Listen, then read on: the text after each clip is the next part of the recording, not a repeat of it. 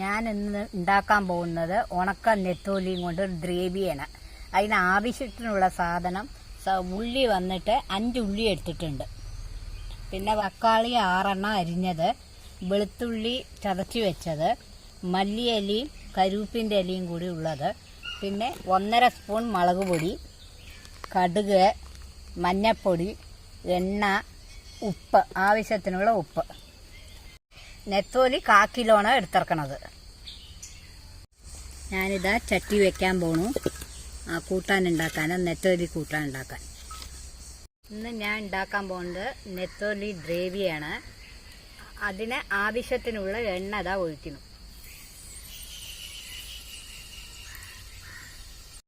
എണ്ണ നല്ലപോലെ കാഞ്ഞു. ഇപ്പം ഞാൻ കടുകിടാൻ പോവുകയാണ്. കടുക് പൊരിഞ്ഞതും ഈ ഉള്ളിയും വെളുത്തുള്ളിയും കൂടി അതിലിടാൻ പോവുകയാണ്.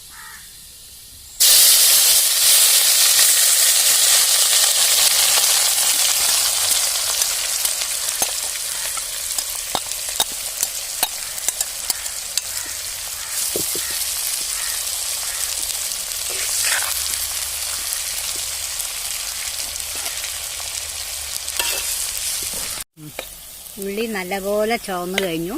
ഇപ്പം നമ്മൾ ഇതിലേക്ക് തക്കാളി, കരുവേപ്പിൻ്റെ ഇല, മല്ലിയില ഇടാം.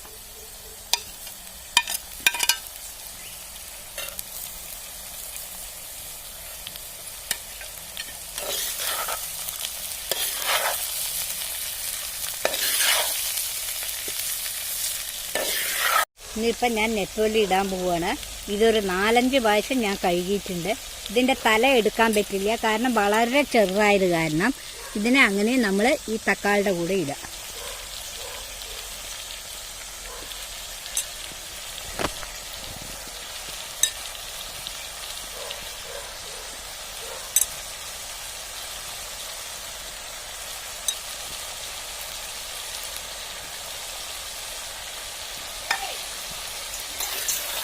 ഇത് നല്ലപോലെ ഒന്ന് ഇളക്കണം.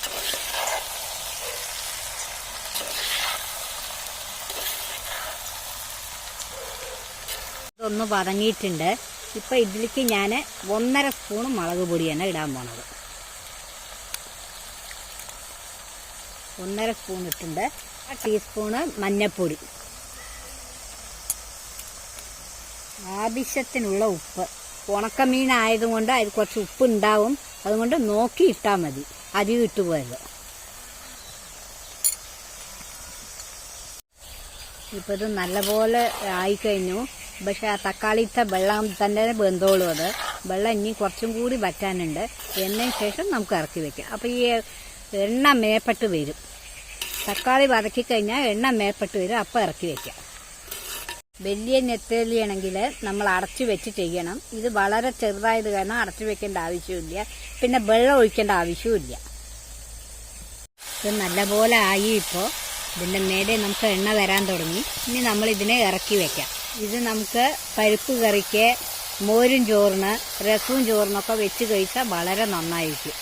മഴക്കാലത്ത് ഏറ്റവും നന്നായിരിക്കും. നല്ലപോലെ ആയിട്ടുണ്ട്. ഇപ്പോൾ നമ്മൾ ഇതിനെ ഇറക്കി വെക്കാം.